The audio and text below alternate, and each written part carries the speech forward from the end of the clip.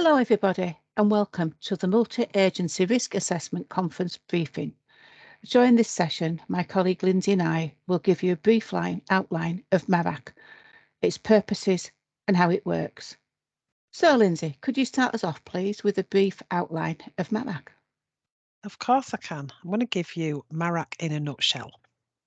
So what I want you to think about is MARAC is a regular confidential meeting and it's attended by representatives from our key agencies. We say regular because they generally happen about once a fortnight, but during the COVID period we have had more, but they can happen when they're needed. So we might have one a week, we might have two a week, generally about once a fortnight. The purpose of these meetings is to share information about high-risk domestic abuse victims, and you would recognise that they are at high risk by using a risk indicator checklist that we call a DASH form. So we're going to talk a little bit more about those in a minute or two. What we do then is we meet at this meeting and all the wishes and concerns of the victims are heard. So what do they need to keep them safe? How can we best help them?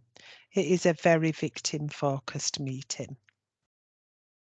Once we've heard and we've all shared what we know, then we can draw up a safety plan that would mitigate the risks that we've just talked about. And those safety plans are about supporting the victim. Actions from those safety plans are then shared out at the meeting. So all the agencies will take a little bit away, whatever their agency can do, and that's kind of the end of MARAC, as it were. So if you think about it as an information sharing meeting, the victim or perpetrator are not invited, which means you can be really open and honest about what you know. It's confidential, so you can share what you know at that meeting. Does that make sense a little bit? That's really helpful. Thank you, Lindsay. It's given me a good idea of what MARAC is. There's one thing we need to be very mindful of though, isn't there, Lindsay, about what MARAC isn't? Absolutely. So I'm going to start with this. What I want people to really appreciate is that MARAC is not a blue light service. So it doesn't replace your existing safeguarding responsibilities. The first thing that you will do is ensure that somebody's safe, and that might mean calling one of our blue light services. We would also be thinking about our specialist support services in the district, and we've got Survive and Thrive that house Staying Put and many other services in our district as well. So we'll have a little think about those later. So no, it's not a blue light service. It's a mechanism for sharing information. And what we want you to think about there is really, at the very least, if you've got this information as an agency, then you can go back and you can flag and tag your systems. So on your safeguarding area, you'll have some information about this particular person. And it might be then that if you're going to work with that individual in the future, that will flag up on your system that you already know something here.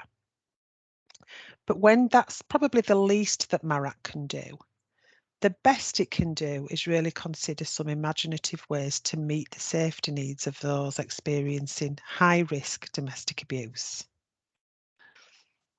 Thank you, Lindsay. So you've mentioned there that it's to support people who are experiencing high risk of domestic abuse. How do we know if somebody that we're supporting with is experiencing almost like high enough risk domestic abuse to become a MARAC case? Really good question, Sue. So let's talk about that to start with. Let's think about, is this a MARAC? How do we know that this person's going to be referred into MARAC?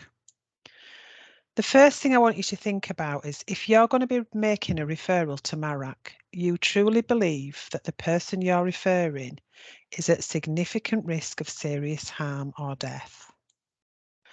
Now, we've already talked about it's not a blue light service, so you've done your safeguarding actions prior to MARAC. Now you're going to think about, I need to make this referral, and you would try and make that referral within 24 hours of the disclosure. A referral to MARAC requires that you complete a DASH form. Now we're going to go through that in detail in a minute or two. The DASH form stands for domestic abuse, stalking, harassment and honour-based abuse. So it covers all aspects of domestic abuse. You would then think about making a referral, and you would use a specific MARAC referral form, and Bradford have their own. You'd discuss it with that representative that's going to be sat round the table at MARAC, and that representative is called a designated officer. Now, your designated officer will help you submit these forms via Oasis, which is the system we use. If you can't access Oasis, you can still use SharePoint. But we'll talk a little bit about that in a minute or two. And I'm just going to give you a little breather there, and I want you to think about, ideally, we'd ask you to have a short discussion with your designated officer because they're going to be the person sat round the table at the meeting. But if, for instance, your designated officer is on leave, is poorly, they're not in work, whatever's going on, don't think that you have to wait for them to get back before you make that referral.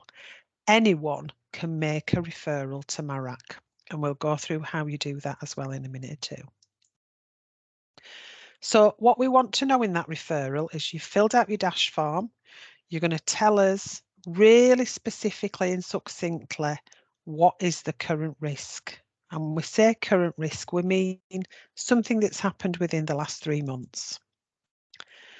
The referred person should answer ideally 14 out of the 27 risk indicator questions which are on the dash form.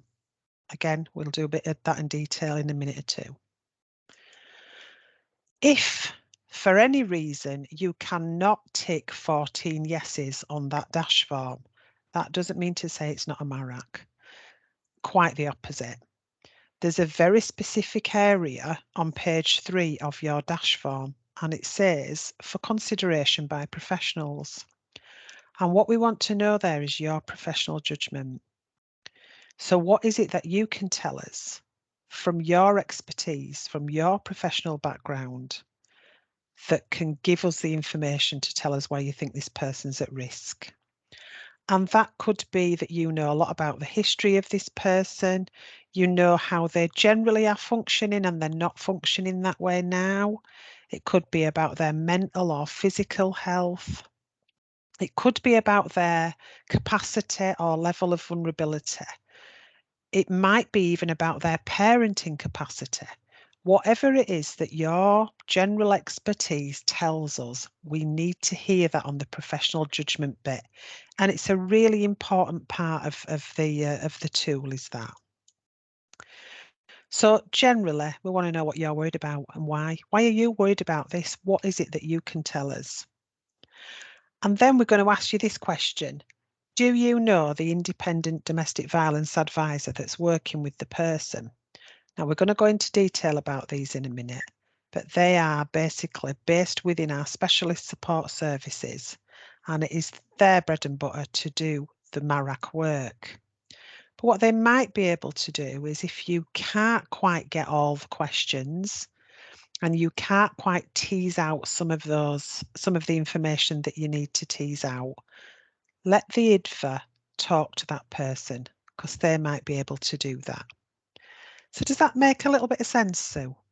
That's really helpful, Lindsay. Thank you. I do have one question though. What if the person that I'm supporting, if it's really, really complex and I'm struggling to get it all down on the form, and I'm also struggling to get all of the information to my designated officer, or maybe things are changing really quickly. So I've updated the designated officer today, but tomorrow things could be different. And I'm concerned that the designated officer might not be able to get all of the information across in the MARAC meeting. Yeah, really good question, because there's something about this designated officer that can, yes, they are our representatives, so they represent our organisation and they absolutely have the right to sit at MARAC. But what they might say to you in that case is, actually, Sue, your client sounds like a really complex case here.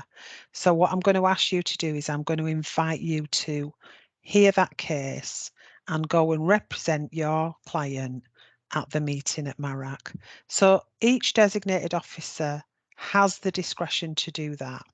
And we would definitely encourage that, because that means that your designated officer doesn't have to be, you're not hearing it third hand, second hand. It's never good information then, is it?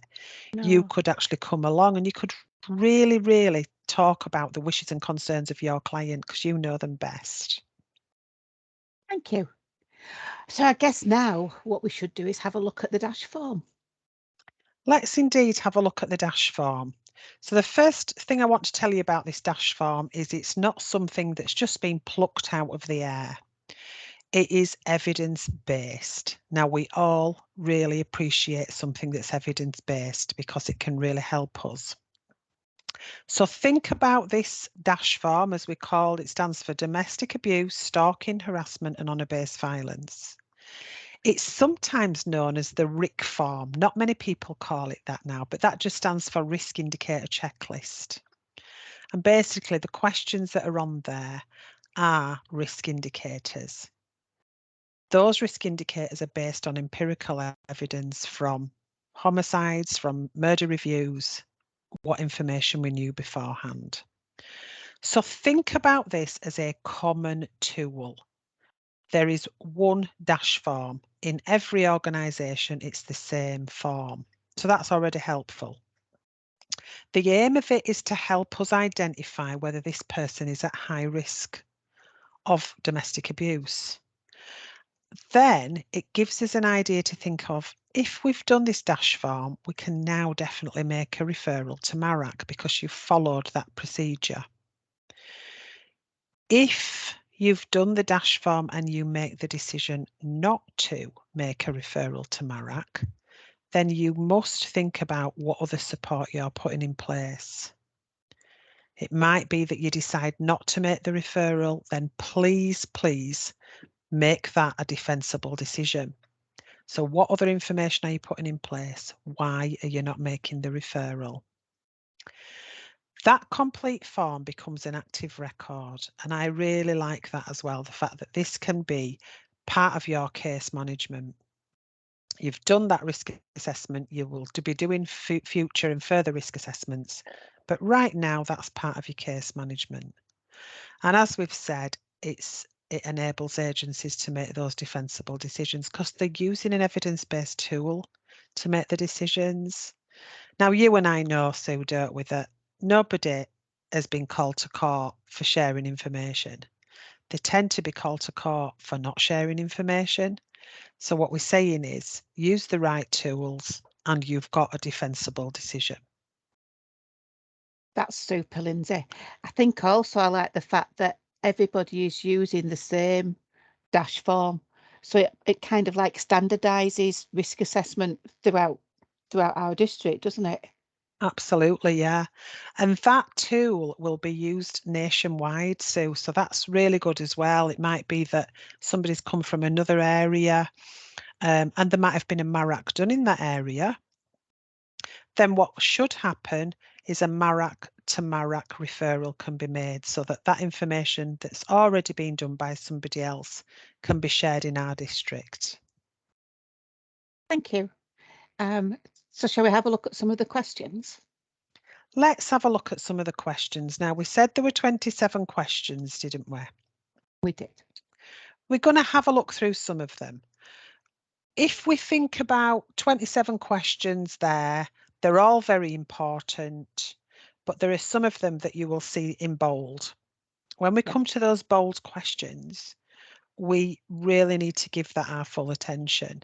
And we need to think about getting as much information as possible when we come across these questions in bold. So as you can see there, question 1 asks about injury. I guess there's no prizes for why we're asking that. We know that that's really important. If somebody's been injured then, and this is going to escalate, what's going to happen next? But then it asks things like, are you very frightened? Now, we don't just want a yes or no. We would like a comment. We'd like to know, what is it they're frightened of? Why is it they're frightened? What's happened before? Are there specific times when they're frightened? All of that, we really need you to think about why they're saying yes or no to these questions. Now, again, let's have a look at some more questions from here. Question 6, it asks, have you separated or tried to separate within the past year? Now, I'm going to ask you that, Sue. Why do you think we're asking that question? Well, we're asking that question because research over numerous years has shown us that if someone's planning to separate, is in the process of separation, or has recently separated, we know that's a really high risk time. That's when people tend to be murdered or seriously injured. Absolutely. Now, we must stress how key this is, because we know from the domestic homicide reviews that we've done and nationally, this is the time when people are murdered. So we really need to be thinking about that. If people are separating, or indeed as an agency we're encouraging them to separate, then we must think about a very robust safety plan.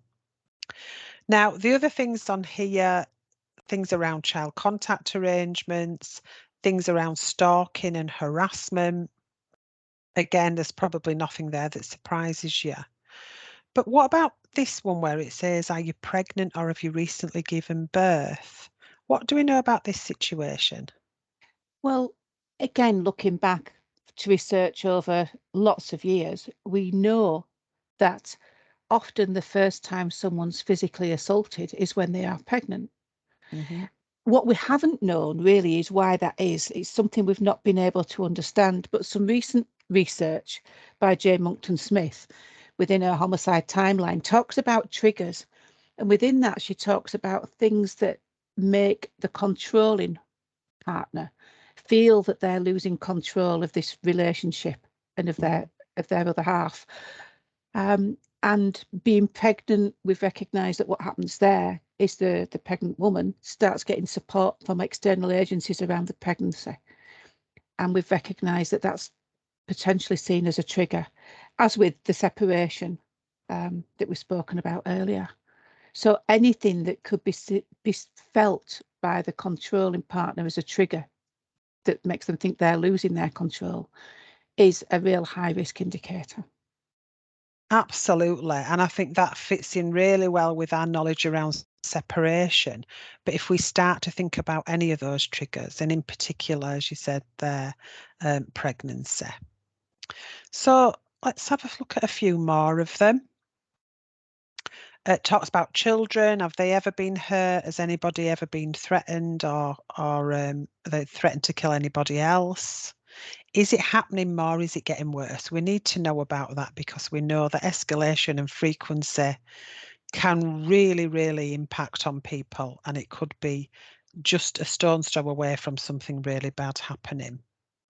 Now, what about question 16?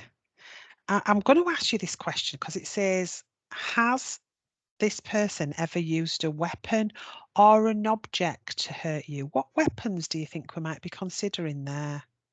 I'm really glad you mentioned that one, Lindsay, because the very first time I looked at this form, I was thinking, well, how many people have guns or knives? Mm. But then when we read the question thoroughly and look into it a little bit more deeply, there are so many everyday objects that can be used as weapons to hurt people. Yeah. So anything we need in the household that's hard. I'm sat at the moment looking around my room and I've got a water bottle at the side of me, which Mm. when full of water, if that was thrown or even used as something to hit someone with force, would Yeah. cause a great injury. So I think we need to be a little bit more imaginative almost in thinking of what can be used as weapons. Absolutely. And I think, again, that's one of the reasons why we want you to just not think, okay, I've read the question, I've understood it, to really think about what this question's asking you. And also, when you're asking the question to somebody else, explain that. Don't assume that they're going to know or understand. They probably think the same as you do. So a few more then. Yeah, has this person ever threatened to kill you, or someone else? And do you believe that that might have happened? Now, this bit, question 18, is really interesting for me. So I'm going to ask you that. Why are we asking? When you think about this, we're asking, has this person ever attempted to strangle, choke, suffocate, or drown you? So I'm going to ask you now, Sue, when I talk to you about strangulation, what's the picture that you have in your head? The picture I have in my head is of somebody with their hands around my throat squeezing. Yeah. Now, what we also know, and I think I'll let you have a chat about this if you want, what we know about recent research is strangulation is much more different to that these days. There's such a lot that can be involved in that. Oh, Do you agree? absolutely, Lindsay. I mean, we've just had the new legislation coming through around non-fatal strangulation. And I've had so many people ask me questions about that and about, well, why is that wrong? If you're kind of choking somebody just a little bit, is that bad? Well, one, we know that choking somebody, even if you're not killing them, can Yeah. have very damaging effects on them and on Yeah. their ability to kind of portray what's going on. So if someone's been choked, even maybe to the point of being choked out, they're not going to come across as a reliable witness. So that's something that we all need to be aware of, is that it will impact on their ability to let us know what's going on. Yeah. But also, if somebody is choking and strangling somebody or suffocating them or going through the process of putting somebody's head underwater, they are one step away from killing them. And Yeah. it's almost like a massive display of power It by the is. person doing it. It's also makes the person that's victimized by this, again, it increases that feeling of almost relief that they've chosen not to kill me this time. Yeah. We know it's a massive risk indicator because of those factors. And again, we need to be a little bit more imaginative about how people are strangled. I know not too long ago, Lindsay, you and I were delivering a training course, and someone on the course said, well, this is what me and my partner like to do when we're having sex. Yeah. Is it wrong if we both like him? We're kind of going, well, yeah, it is wrong.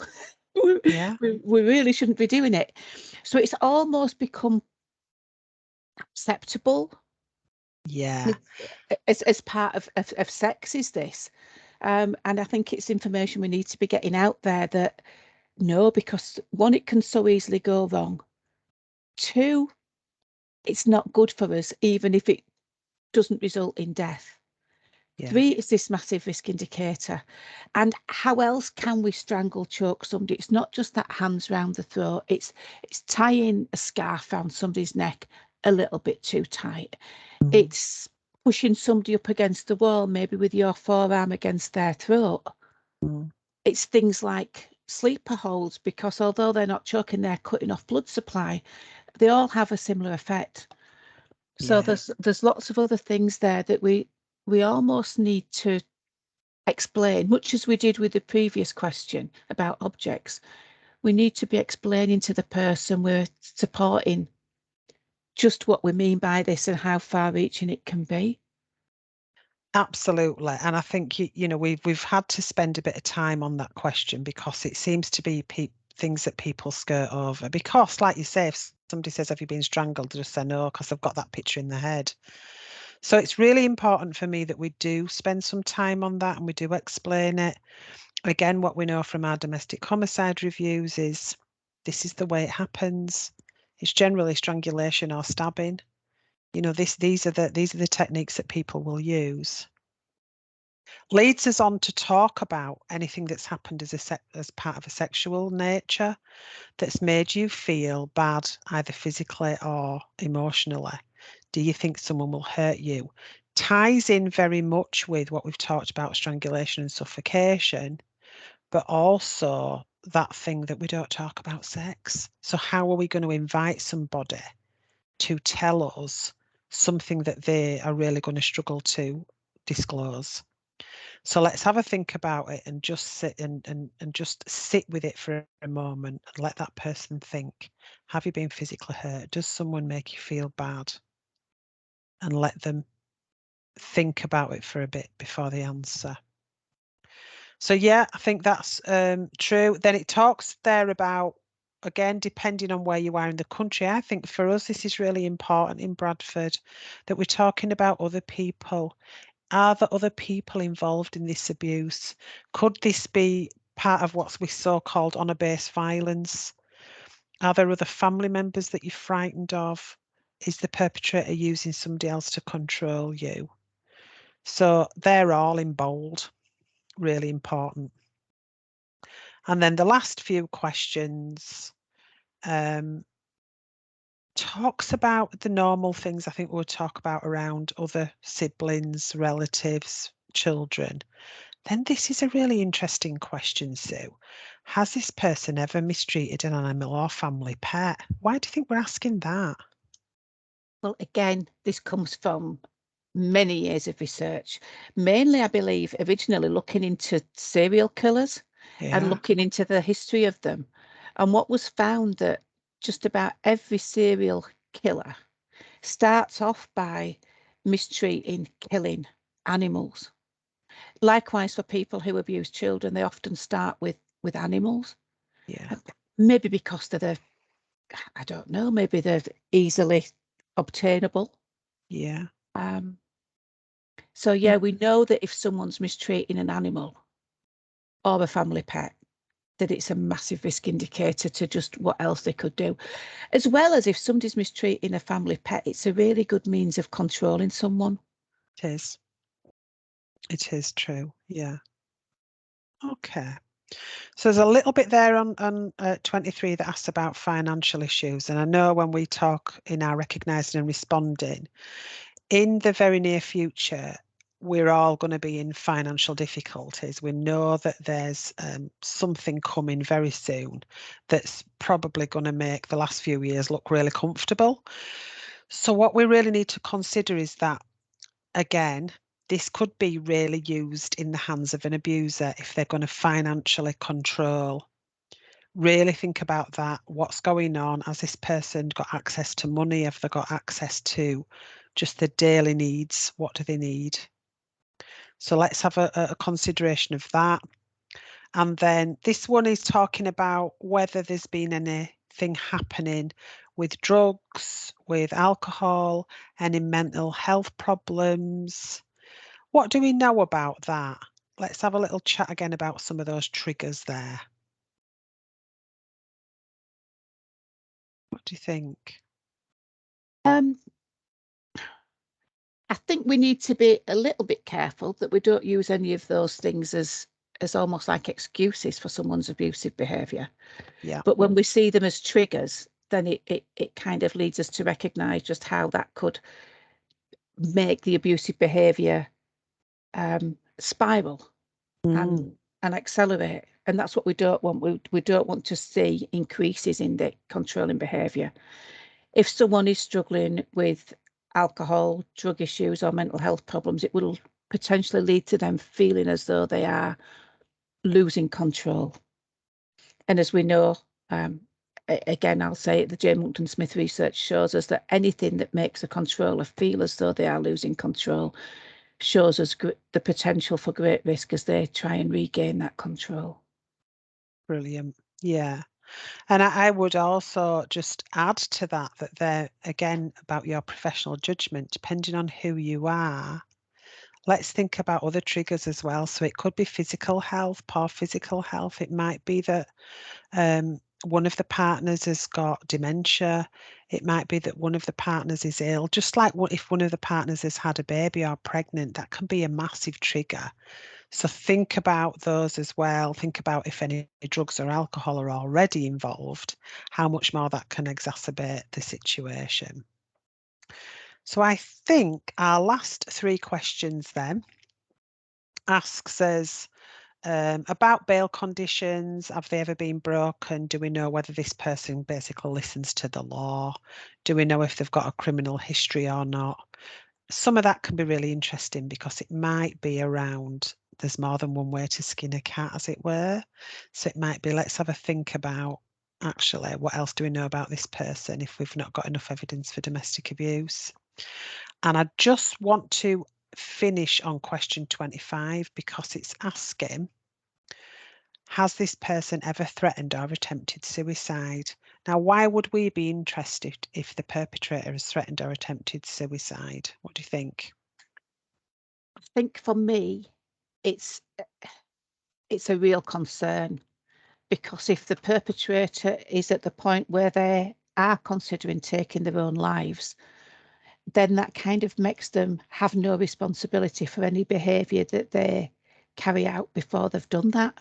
And again, what we know from, sadly, from past events is that it's not uncommon for a perpetrator to kill their children, their partner, and then take their own life.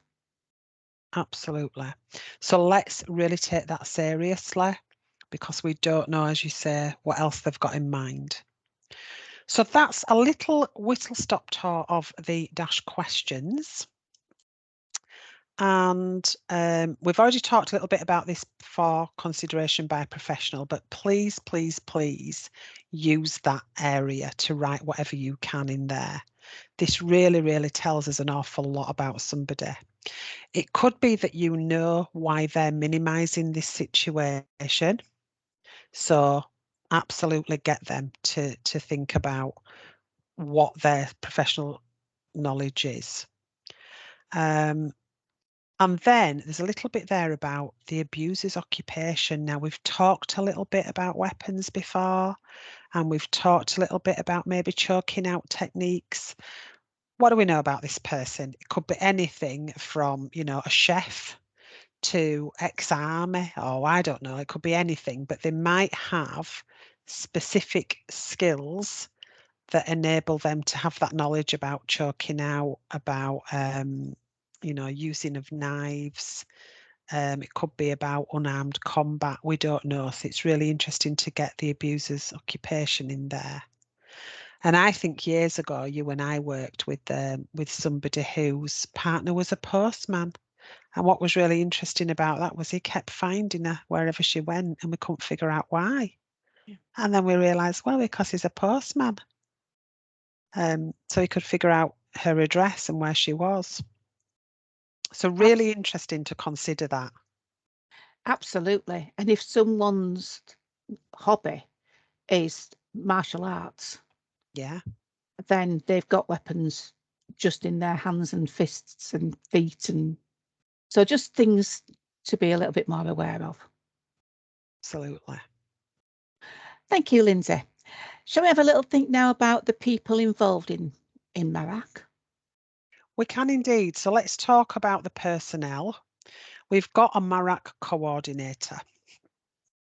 Currently, our MARAC coordinator is Faraz, and his role is to receive all of the referrals, have a check through, see which cases are going to be heard at which particular meeting. We also have a MARAC administrator, and that's Fiona at the moment.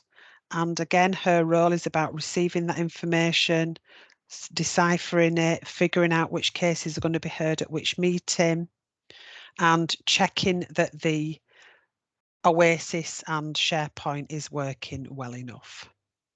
Now, if you've got any questions, we would ask you to talk to our MARAC coordinator or MARAC administrator. If you have any questions on the process, if you're thinking that you want to be involved as a designated officer, we would ask you to talk to them. And we'll give you their info in a minute. We've talked about the IDVA, and that is a specially trained independent domestic violence advisor. We also have an ISVA, which is an independent sexual violence advisor. And they are specially trained by Safe Lives, as we've mentioned earlier.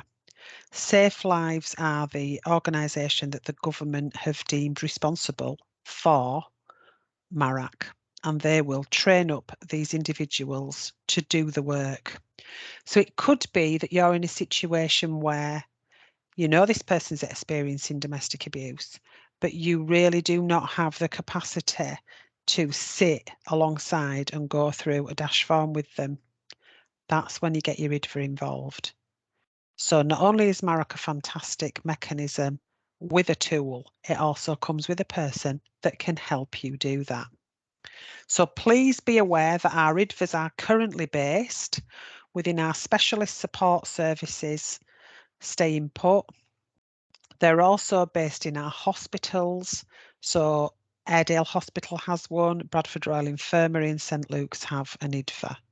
And we are branching out across the district with IDVAs, as many as we can get into agencies as possible. So watch this space for the IDVAs. Then we've got a designated officer. We've talked about this is the person that represents your agency at the meeting.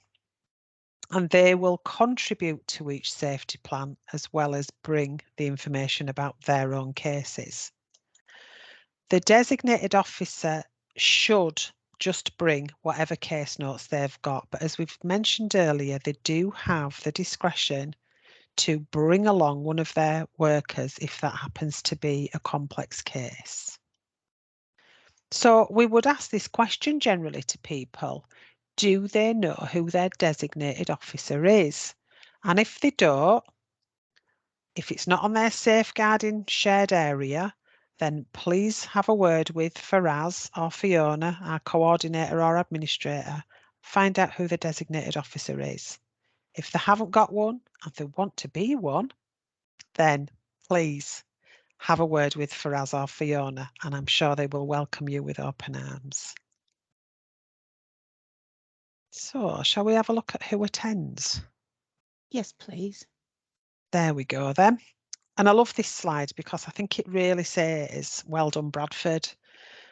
So we've got, on the right-hand side, we've got attending agencies. These are the people that will always be at MARAC. You will always have a representation from these agencies, and you wouldn't expect anything less. So you've got the police, you've got children's social care, you've got adult services, you've got education, you've got early help, housing, probation, health, the IDVA, of course, MARAC Navigators, which is a project just specific to Bradford, and the Lotus Project, again, which works with sex workers in Bradford, and Change, Grow, Live. Now, the invited agencies are interesting. They will get to know which cases are going to be heard at which meeting, so they'll get a list of cases, date of birth and name. They can then go away and check their organisation to see whether they've got any information on that person. They don't have to sit at every MARAC, but it's sometimes a really good idea to invite them if they've got that profession. So if there may be drug and alcohol workers, and we've got some cases there that have got misuse of drug or alcohol, then it's great to have them round the table just for the professional challenge, really. Does that sound okay? Actually, Lindsay, it doesn't sound okay. It sounds absolutely brilliant. It kind of sounds like my dream team. If I Yeah. was experiencing domestic abuse or coercive control, these are the people I'd like to be putting a plan together for me, because we've got the most knowledgeable, experienced people from different agencies throughout the district. So it kind of gives you the perfect interagency working, doesn't it? It really does. And that was the whole premise of MARAC. Let's get everyone together and let's see what we can do to help this person. Super. So now we've got all these people together. How does the meeting work? Well, I'm going to go through a quick process with you because I think when you see this, you realise how many steps are involved. So if we start from the premise of a disclosure, we know that there's domestic abuse. They've either told you or you've asked the question and they've said yes. At that point, you are going to do your immediate safety actions. So you're going to do your safeguarding stuff, just as you always would. Now, depending on whether you've got capacity or not, you decide what happens here. And it might be that you call the IDVA in and say, I need you to help me because I don't have the capacity, in which case you're quite within your rights to do so. You may also decide to think, actually, I can do this. So it's either you or the IDVA that completes the dash with the person. So sit down with them, tell them what you're doing, explain the dash form to them. Try your best not to use it as just a sitting there and using a tick box exercise. Listen to their account. They've already made the disclosure. You've already taken some safeguarding actions. You can probably already tick 6 or 7 of those boxes just from what you've heard. So try and do it in that way. and then explain to them why you're doing this. One thing for me is about how you sell this. And just as you've said, Sue, your dream team are sat around that table. So historically, what we've had to do is if we've had to take people that have experienced domestic abuse to 5 or 6 different agencies. They have to repeat their story every single time. And it gets really, really repetitive and really, really soul destroying. What we're saying is, I've got you. I'm going to take your case to this meeting, and sat round this table is all those agencies that can help you. So explain that to them when you are doing the dash form with them. Once you know that that case meets the MARAC threshold, so that's either 14 ticks or as many ticks as you can muster under your professional judgment, then you're going to think about liaising with your designated officer. Now, I've put that in red there because this is where your designated officer's role comes in. So talk to your designated officer, tell them you're putting a referral in. Brilliant. The MARAC coordinator will then receive the referral form and the dash form. So they've got everything together. They know what you've scored and they know why you're making the referral. The coordinator will then send the meeting agenda out, but only to the designated officer. So this is why you need to have that discussion with your designated officer first. You've made the referral. If your designated officer knows that, they can come straight to you and say, what are we doing? Are you giving me the case notes or are you coming with me? Right.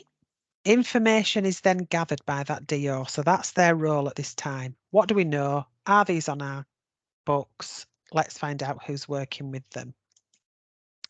And then the actual meeting takes place. So you've got quite a few steps there before the MARAC meeting takes place. At that meeting, it's either the IDFA or the designated officer, or maybe yourself if you've come along with your designated officer, that brings the client's views and safety concerns to the meeting. So once that's happened, all the relevant information is shared. So each organisation will get a minute or two to, to give their information and share their information about that particular case. Once we know the full story, we can put a safety plan together. And once we've put a safety plan together, we can agree the action plan. Who now is going to do what of that safety plan? Now, your designated officer's role comes in again very handy here, because what they need to do right now is make sure that whatever they've agreed to do from their agency, they carry it out. That is their absolute role. They've been given that role because they've got the power to do that. And then the last bit is that this information is fed back to the client, and that's usually by the IDFA or by another appropriate professionals who's working with that person. Does that make sense? That does. I've got one question, Lindsay, though. What if the person that I'm supporting, I'm really concerned about the safety, and I've done the dash form with them. They've not been really happy about doing the dash form, but they've gone with me. We've done the dash form, and then I'm saying, look, I'm really concerned. I want to refer you to MARAC, and I've done my best at trying to sell MARAC to them, explaining it's like the dream team, etc. And that it gets them the best. It helps us to get them as safe as possible. But they're still saying no. They're absolutely saying no. They don't want to be referred to MARAC. What happens then? Because if I'm sharing information, am I breaching confidentiality? Good question. So we'll have a little think about consent and the old GDPR, shall we here? So what I want you to think about first of all is absolutely seek your client's consent, because we're talking about a plan that's going to work for them, and it's going to work so much better for them if they're involved in it. So we're going to start from that basis. If we can get their consent, brilliant. If we can't get their consent, we need to have a little discussion with either our designated officer or the IDFA, because you can go ahead and still make the referral. Now, what we know about GDPR is it does set a high standard for consent. But if your case meets the MARAC threshold of high risk, then you can share the information on a lawful basis. On your information sharing form, it will ask you to complete an additional form if you have no consent. And what's really lovely about that form is it'll give you each piece of law. So you tell me which piece of law you are sharing information under. So it's all written down for you on that form. The information without consent form is called the information or the referral without consent form. So it's not difficult to find. I quite like that. And then, of course, you've got a catch-all piece of legislation here. If none of those bits of legislation meet, like your child protection, your right to life and all of that sort of thing, you've got Section 115 of the Crime and Disorder Act 1998. And that gives you, as a public or statutory body, the power to disclose information to prevent crime. Now, I love that because what we know now is that coercive control is a crime. So what we're seeing around controlling behaviour gives us the right and lawful basis to share that information. So does that put your mind at rest a little bit, Sue? It does, Lindsay, and I should have thought about that because Section 115 of the Crime and Disorder Act 98 is something that we've used many times. Yeah. So thank you. Now I feel a bit happier about that. Maybe tell us, and we've kind of touched on it already, but just to tie it up a little neatly, could you just please go through very quickly what happens at a MARAC meeting? I can indeed, because this has changed a little bit during COVID. Because of COVID, what we used to do is we used to have telephone meetings. So it really helped us to tighten up a bit, I think. But if you attend a MARAC meeting, this is what it will look like. Each case will be numbered and there will be a chair. Now, our chair is a rolling chair. It might not always be the same person, but they've been specially trained as well. And they will ensure that each case is presented in order by the referring agency. Everyone attending will then be asked to contribute their information on that case. So do they know about this person? Have they got any information? Have they got any case notes? The wishes and concerns of the victim will be shared here. What is it this person wants? Why are they here? Who's got their wishes and concerns? And what do we know about them? Now we've got this full picture as we've talked about. The chair will then go around the table again and ask each designated officer for their contribution to the safety plan. So as a designated officer, don't just think you're bringing information. You're also part of that plan. Each agency will say what they've already done, what they plan to do, and maybe any suggestions for support from other agencies. Can anybody else help? An action plan is then drawn up, and that's based obviously on the risks. And then when we're talking about that, we always say actions must mitigate risks. We don't just want a safety plan brought up for the sake of a safety plan. It's got to meet the risks that this person has brought to the meeting. So does that give you a bit of an idea of what it might look like? It does, Lindsay. And I know we've talked about how there's legislation there that we can use to allow us to put a case to MARAC, even if the person's saying no, they don't want the information to be shared. But sometimes there are people over the years that I've supported that just don't really seem to want any help. They've got capacity and they've made a decision with capacity that they can stay. So what kind of right do we have to put things in place to try and get them out of that relationship? It might be that they're continually taking the partner back, or maybe refusing to make statements to police. Are these all things that we would put in information to give to MARAC? Absolutely. And I'm going to pick up on a little bit about language there as well.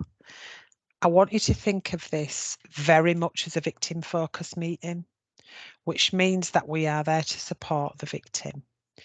Now, some of the language that's used and has been used historically is just this that's on the slide now. So talking about somebody who's refusing to engage with services, who's chosen to reconcile, putting themselves at risk, failed to protect, allowed the suspect back. Now, we well know, don't we? We well know with the work that we've done over the years that this is about fear. And there's lots of information here about capacity as well. People made a capacitated decision to stay, and that might be the case. But are we aware of the fact that this person might be in fear? If they're in fear, then they can't give full and free consent. So some of the language here, we really don't want to hear at MARAC because it's offensive. What we would say is let's think about what we might do instead. Now I'm going to show you the next slide, which just simply says this: language and duty of care. So let's, instead of saying they're refusing to engage with us, let's say, okay, we've made this attempt, or we've made every attempt, and tell us what attempts you've made to engage this person. They're not engaging on this occasion. Is there anybody here that can help us? And that's really where the MARAC Navigator project was born, because what we found is that people were just contacting somebody on the phone maybe 2 or 3 times. They didn't answer the phone, so therefore the case was closed. Well, you've not mitigated any risks. You've not even spoken to this person at all. So we really want you to consider your duty of care when they don't meet your eligibility or your criteria or your threshold. If they're still at risk, then you've still got a safeguarding duty. Does that make sense? It does. Super, Lindsay. Thank you very much. We've spoken about how it's victim focused, MARAC, and that we're putting things in place to mitigate risk. So thinking about that, do we look at anyone else's behaviour or safeguarding anyone else, or do we solely look at the victim? Yeah, let's have a little look at that. Although it's very much a victim-focused meeting, and that's why it was born, really. We can only really keep victims safe if we're going to think about the behaviour or address the behaviour of the perpetrator. So absolutely, we do talk about the perpetrator, and we try and mitigate some of those risks by addressing that behaviour. Currently, we've got different ways of managing perpetrators, and it could be managing them by putting them on a course. It could be diverting them away from the situation. It could be disrupting their behaviour. Or, I guess the probably last resort would be prosecution. But we would definitely try and do some work with the perpetrator beforehand, particularly if they think that they might want to change as well. So yeah, I would say for me, this is a nice bit about MARAC. You will have probation services there, so they will tell you about what's going on with this perpetrator today if they know anything, and they will be able to point you in the right direction for some work that could be done with them. But we've also got our support services in Bradford, like Maze, which do perpetrator work that's not court mandated. So yeah, that's happening for perpetrators. And I think we will have a little look at children as well. So what we know is that children will obviously be part of that victim focus as well. And here's one of the things that we're saying about people that work with children. We know that CAMS and children's social care are absolutely brilliant at their role, and they're very, very good at safeguarding. We know that. And we do very well in Bradford with that. What we're saying, though, is try not to finalise your assessment until you've heard what's happening at the MARAC. That could be part of your assessment, really. And we might also be thinking about, well, it used to be called IOM, which is Integrated Offender Management. What's going on there? Have we heard what's happening at that meeting? And do we know what work's going on with the offender? Then we can think about completing our assessment that we do with children. So yeah. That's brilliant, thank you. I know we've already talked about some legislation, pretty much around GDPR and confidentiality, but are there any other pieces of legislation or procedures that can help us when we're navigating our way through MARAC referrals? Yeah, and in some ways it's a good mention actually, Sue, because think about something like the Care Act. Beautiful piece of legislation. We know what the Care Act says. It says, has this person got a care or support need? Are they experiencing risk? And if so, then can we do something with them and can we work along with them? And we know that there's lots more strands to the Care Act than that.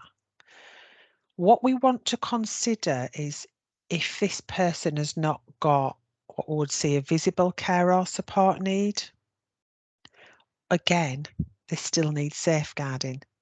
So your safeguarding duties are still there.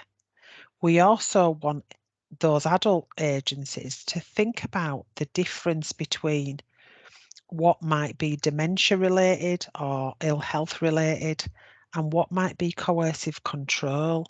Now, we've always talked about domestic abuse as being kind of injury focused. What we're very much talking about now is about it being control focused. So there's a lovely little phrase here that's come from a piece of research, and it just says there's a need for key agencies to be able to effectively differentiate between a social care need caused by a condition such as dementia and a pattern of behaviour which can be considered as coercive control. Now, I'm going to just show you the coercive control legislation as well.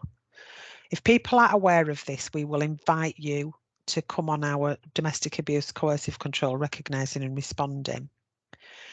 This piece of legislation, as you well know, Sue, has been around since 2015.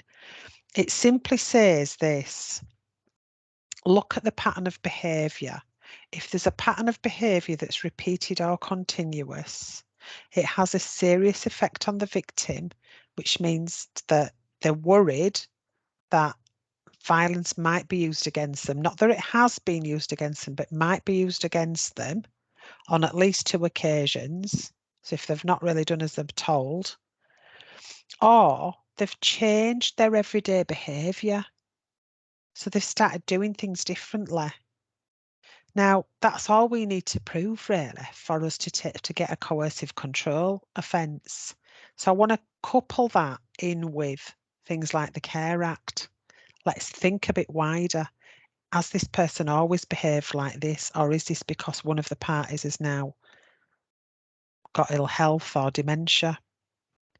And then the last bit on there talks about the perpetrator should have known better.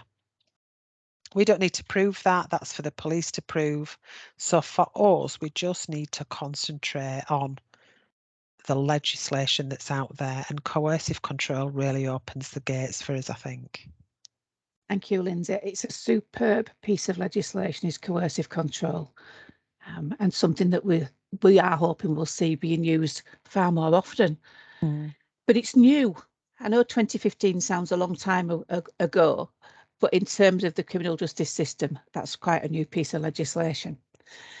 Thank you for that, Lindsay. I feel as though we've covered quite a lot about MARAC.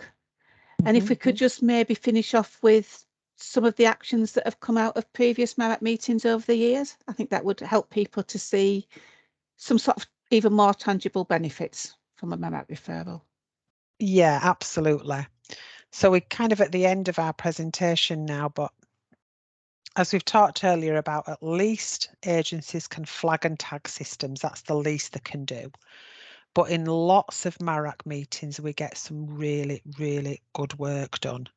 So if we think about our organisation in Bradford that's called In Communities, which is a housing provider, they've been able to think about evicting a perpetrator, or maybe giving a direct let to a victim or indeed a perpetrator to make sure that they're separated and housed safely away from each other.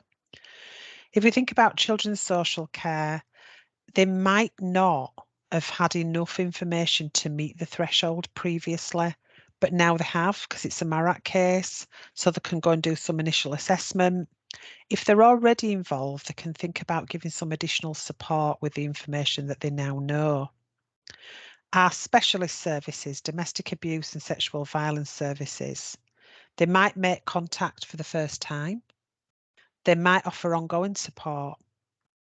One of the things they can also do is really think about that contribution to the multi-agency working. Sometimes the domestic abuse service has not been involved prior to now, and they do amazing work, so we want them involved. The police, of course, are there. They might do a Clare's Law disclosure. So that's when we know something very much about the perpetrator, but the victim's not really aware of the background. And quite a lot of Clare's Law disclosures are done at MARAC. That means that they will go away, they will talk to the victim and say, what we know about the past history of this person is that they've got criminal record or cautions for such behaviour. So can you think about what you want to do next? They might even arrest the perpetrator with the information that's shared around that table. And one of the least they can do is brief the Crown prosecution on the risky nature of this case. Our health staff are there, which is absolutely brilliant. So sometimes it's about offering support via the health visitor or the midwife, the person that can get into the house. It's about flagging and tagging your GP systems. It's also about documenting injuries because we know how high quality health information is in court. And it's also about making sure that perpetrator and victim are separated when they come for appointments. The IDFA is now in-house at both of our hospitals, and that's proving really, really positive. So we've had lots of work where the IDFA have been involved there as well. And then, of course, probation. Absolutely brilliant because they can give us all the information that we need on the risk of the perpetrator. They can include this in their pre-sentence reports. They can give you safe visiting time. So if perpetrator is going to probation, then another worker can go and see victim because we know that they are there at that particular time. So some really kind of imaginative work there has come out of MARAC. Thank you very much, Lindsay. I think we can all now see just how useful MARAC is and what a fantastic system it is, both for the people who are experiencing the abuse and controlling behaviour, but also for us, because I think for me, one of the big things is it means I'm not carrying this potentially extremely high risk case on my own. Absolutely. Yeah. Yeah. So, as you said, we've kind of come to the end of our presentation now, and our final slide just looks at some contact details. It does indeed. So really simply, we've got a really simple referral system. To make your referral to Bradford, you would go to www.bradford.gov.uk/MARAC referral. Any questions, please email the MARAC inbox, which is marac@bradford.gov.uk. We will also put a link to this recording with a little information pack for you to have a look at in your own time. But hopefully that's been enough to give you some overview and information. Thank you for listening to us. Thank you.